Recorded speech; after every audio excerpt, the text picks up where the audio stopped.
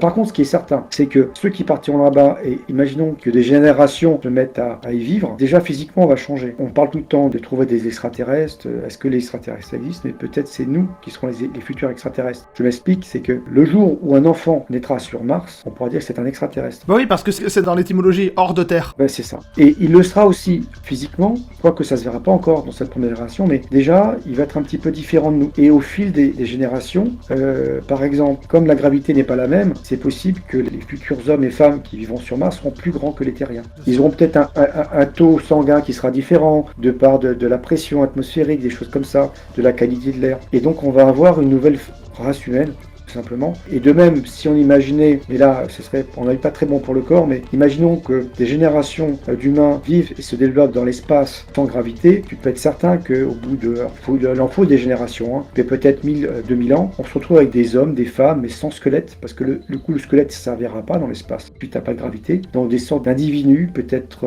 grands, je sais pas trop quoi, mais sans squelette, peut-être une tête énorme, je sais pas, ça serait délirant. Mais voilà, peut-être qu'on va créer nos extraterrestres.